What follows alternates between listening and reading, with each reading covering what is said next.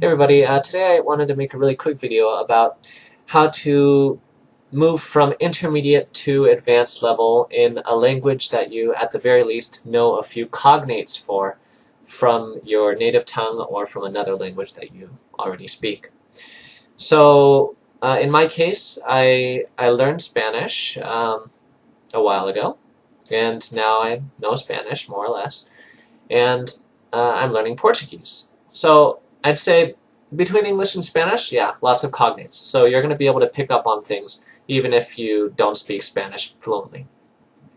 Now, between Spanish and Portuguese, it's lexically, it's almost, say, 70 to 80% completely the same. So once you're able to recognize the pronunciation of a lot of words, you're going to realize just how similar Spanish and Portuguese are. So these are my tips for how to move from intermediate to advanced. First step, listen to 30 minutes to an hour a day of podcast, okay? Find a podcast that you find entertaining, okay? That's number one criteria, it has to be entertaining. Second criteria is that it has to be somewhat challenging, but understandable.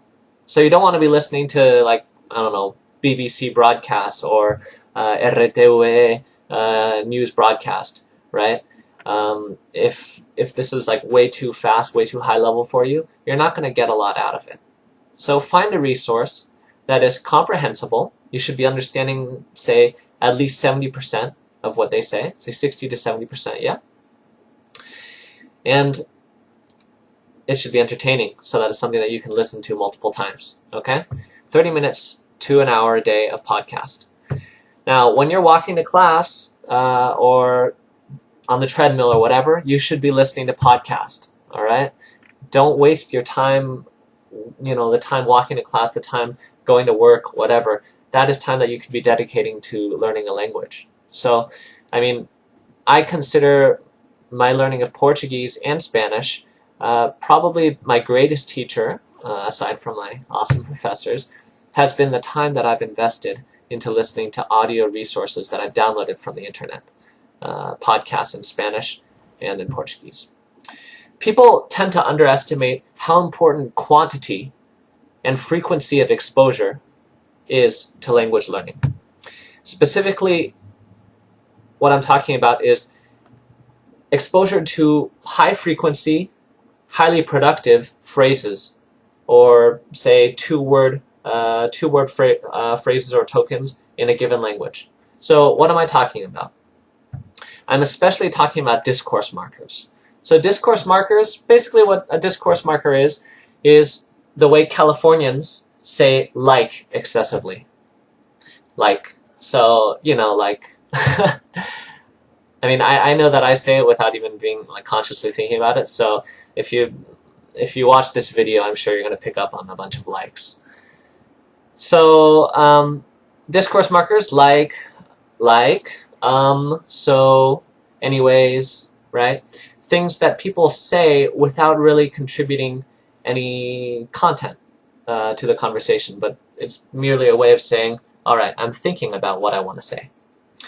So, as I was saying, people underestimate how important quantity is. I mean, quality is important too. You get a nice tutor, that's great, that's great. But what about quantity, right? Podcasts are great because they allow you to control both your quality of exposure and your quantity of exposure. You choose how long you want to listen to podcasts, and you choose how attentively you listen to podcasts. You can be one of those people that sit down at the table, they've got a blank sheet of paper in front of them, they write down words that they don't know, they pause, they look it up at wordreference.com, and that could be one method. Or you could listen more passively, but listen for a longer period of time. When I was learning Spanish, I would often drive, say, 6 hours to go back home in Northern California from San Diego. And during those 6 hours, I would listen to podcasts in Spanish called Cabreados, which I mentioned before.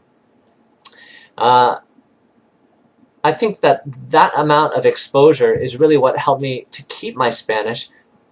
Well, first of all, to prepare for traveling abroad in another country, and also to help me preserve my Spanish once I came back to the United States. I'm constantly listening to audio resources in both Spanish and in Portuguese. Okay?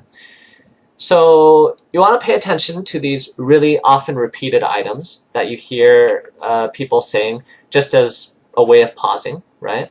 And again, some examples from Spanish. Bueno, pues, mira, macho, no, tío, es que vamos, es que, pues nada, así que nada, entonces, right? These are all words that could really don't contribute anything to the direct meaning of the sentence, and yet these are the hallmarks of fluency, right? And you'd think, oh, wouldn't fluency be being able to say something without using all of these pause words? Well, yeah, that's true. But, you know, as humans, we're always going to use pause words. And I remember talking to Spaniards when I was living in Getafe, right, which is a suburb near Madrid. I remember talking, sometimes I would talk to these kids at Carlos III, which is one of the universities nearby. And I could have a conversation with them, and I would realize that the overall content of what they were saying was nil. So I have like a sample sentence here for you, and please take it with a grain of salt because I'm not a native speaker of Spanish, right? So this is just an example of what's possible, all right? So here's a sentence where somebody uses a lot of nice fancy terms, discourse markers that I mentioned before, or muletillas in Spanish, and really doesn't manage to say anything at all. So let's try. Ah, pues nada, tío, el sábado voy por el metro y veo a una piba que está como un tren. Así que nada, cojo y le digo, hola guapa, soy Daniel. Y macho, no veas la bofetada que me ha dado. Okay, so, I don't know, I made that up on the fly. But it's like, here we have pues nada, okay? Pues nada, that means not, that's just a pause word. Tío, uncle, but also uses pause word. Let's see, there's some slang thrown in there. Así que nada, another pause word. Así que nada. Cojo y le digo. Cojo is, maybe I made this up, but I'm pretty sure cojo is often used like to prepare for another type of expression that's used afterwards. So, cojo y le digo. Cojo y empiezo. I don't know. Maybe I made that up. Don't trust me on that one. So here we go again. Pues nada, tío, el sábado voy por el metro y veo una piba que está como un tren. Así que nada, cojo y le digo, hola guapa, soy Daniel. Y macho, no veas la bofetada que me ha dado. So, again, things like no veas. And then, Spaniards love this. Macho, of course. Yeah. So these things are really important, and those are the things that are really going to make you fluent in the language, right? And then what's the translation for that? Well, translation could be, I saw a cute chick in the metro, I introduced myself, and she did not respond favorably. Yeah. Not to say that an American would express it that way, but I guess that's what it means without all of the discourse markers and fillers.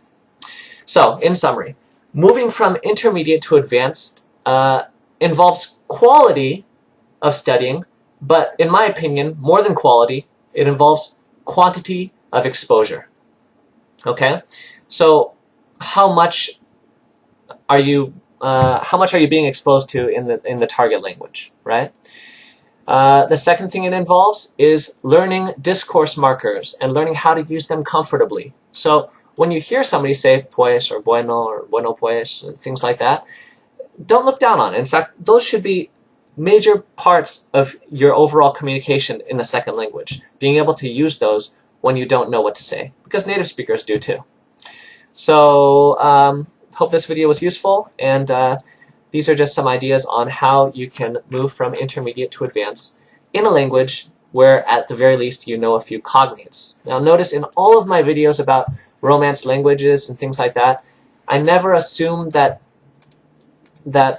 these language tips are going to apply universally, because I don't know, like an American learning Chinese probably is not going to be able to listen to some podcasts and just pick things out of it, right? But an American learning Spanish or a Spaniard learning Portuguese, yeah, you can listen to podcasts and you're going to get a lot out of it, okay?